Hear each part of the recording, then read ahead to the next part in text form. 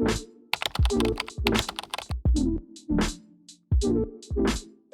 everyone, welcome back to Nutrition Made Simple, a video series that we created that takes a look at natural health topics, and then we break them down into easy to understand and actionable steps. And I'm joined again today by Ed Jones. He's the founder and owner of Nutrition World. And for the month of June, we're actually looking at pain, stress, and the conjunction between them, and some natural relief or natural products that can provide relief.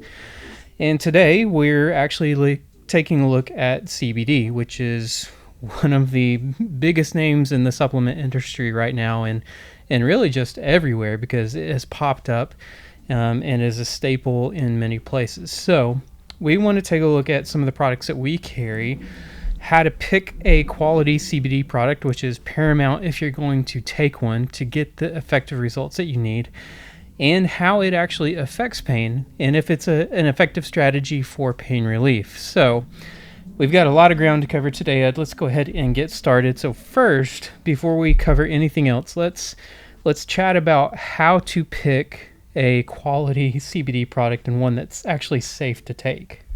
Thank you, Brian. And that is a difficult question to answer completely, because there's a lot of components to what makes a quality CBD. And I won't get into it this moment, but there's cannabinoids and terpenes, and the soil it's grown on, the processing. Many things can go wrong in the A to Z process of making a quality CBD. And to be honest with people, I know many of you probably listening have said to themselves, I've tried CBD and it just didn't do anything for me. Listen, I have to repeat this, which I do every day. The devil is in the details with CBD. We have to know the brand, the proper way to consume it, what to expect. And I will say that at least 50% of all individuals who do it correctly are very pleased with the results. But again, we're here to help you to make those wise decisions. In order to find a quality CBD, one is, I think you need to find a quality, qualified person who you trust that has done the homework. It takes homework, because you can't just look at a box and completely say, I think this is high quality. Because there's a lot of components with, like if it's grown on soil with chemicals, it may have chemicals in it. Mm-hmm. If it has the wrong processing along the way, it could have destroyed part of it. So we demand at Nutrition World that I or my people speak to the inventor, the lab, the processing plant, in order to come up and vet only the best quality products. And that has to do with our homework. So part of it is finding the right person. Secondly, I am a huge fan of not using something called isolated CBD. What that means is, and what we do is, we focus on full spectrum. If you think about cooking vegetable soup, and I invited you to my house, and I said, we're going to have vegetable soup tonight. And you came in, and I've served you a bowl that had nothing but carrots in it. That's all that was in it. You know what? It's still vegetable soup. Mm-hmm. I can call it that, and I wouldn't be lying. But we can see that it doesn't really do much for us, because it's an isolated one vegetable. That can be how it works with CBD, because what they're doing is only picking some parts to the piece of this CBD family in order to produce cheaper CBD. Right. That's number one. Right. And so we want this full flavor of, and we call it an entourage effect. Mm-hmm. It's where everything works together for the better good of results. And so finding something that says full spectrum, finding the right place to buy it, and also even looking into the company and demanding some transparency as far as lab testing for purity. Those are the three biggest steps. Yeah, absolutely.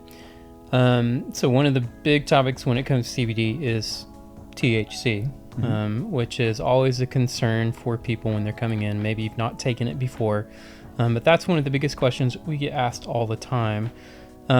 Is there a danger of getting a product that has THC in it, and what are the implications of taking CBD if you're drug testing?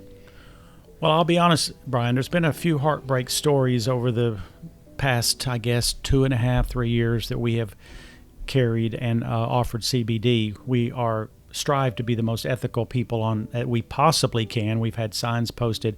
If you are being tested at your workplace for THC, we do not recommend you purchasing CBD regardless of what the label says. Mm-hmm. And I still fairly hold true to that. Now, that's one thing. Again, isolated versions can probably be TH free, but again, they don't offer the benefit. Mm-hmm. Full spectrum, because it hasn't been manipulated, could have small amounts. It is under the legal limit. It's really not affecting how you feel unless you use very large amounts of CBD. But if you're being tested on a regular basis, we have other alternatives for the subject of discomfort level that we need to talk about rather than CBD. Yeah, absolutely. So to be sold legally, like you mentioned, CBD products have to be below a specific amount of THC in the product. Everything that we carry is going to be under that amount, but there is still that fact that there's a trace amount that can show up on a drug test. So it's important to understand that before you take any kind of CBD product. So on the subject of discomfort, we understand that people come in looking at CBD for that specific fact. How does CBD affect people's discomfort or pain, and is it an effective source or resource for that? I put it in the category of a definite consideration when you have chronic discomfort levels. Okay.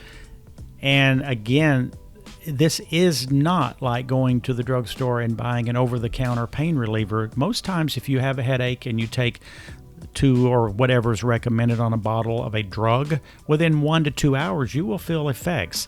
That isn't quite how it can work with CBD. It can at times, but generally it's going to have to be a regular use of it. So we deal with more chronic discomfort than we do acute pain. Right. I have used it for acute pain before, but it takes very large amounts. And what happens with large amounts is you get sleepy and you get lazy. And if you're at work, that's not very pleasant. Now at night, it's beneficial, but you have to use it the way that I'll talk about in order to get results. And that's not with a single dose in most cases.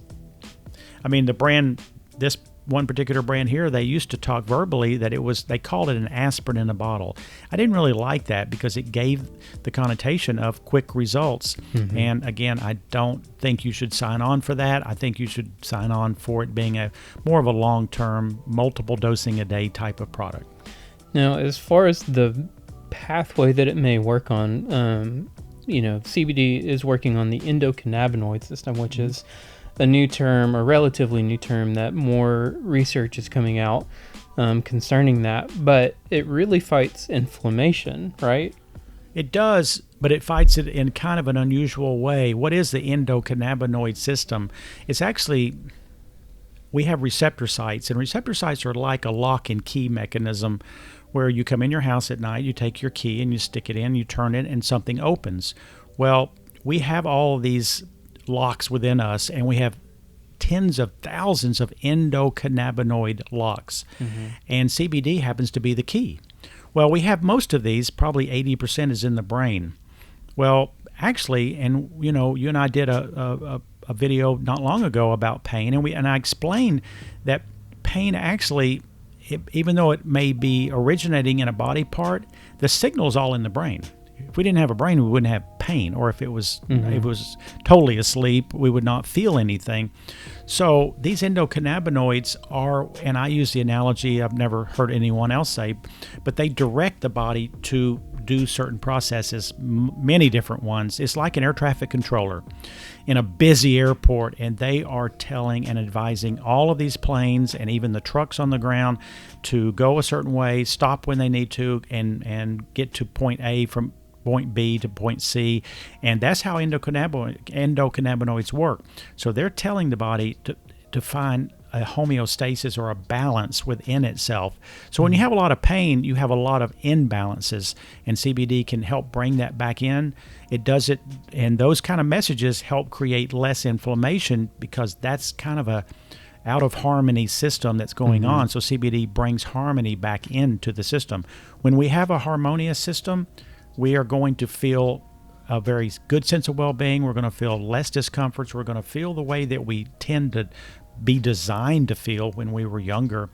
And we've gotten really out of whack with just how we live and father time. So Yeah. I'm a huge fan of CBD for prevention and health, but used for discomfort, it does have a place. Research is showing a lot of that, which I can talk a little bit more about. Sure. And there are several different delivery methods. In your experience, is internal, external, or topical for discomfort? Which would you prefer? I always prefer most things being internal because that's where the mechanism of action is strongest. That's where the body regulates and offers different opportunities to change.